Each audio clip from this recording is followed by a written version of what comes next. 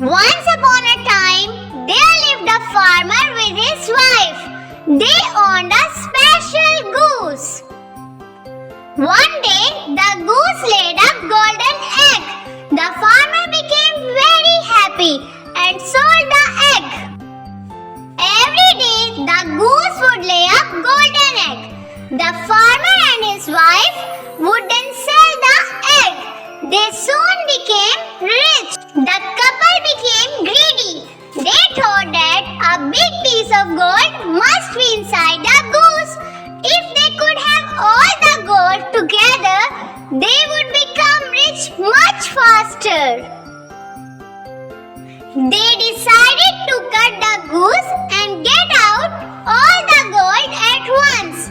They killed the goose and found that she was like every other goose from inside. There was no gold inside. They started crying.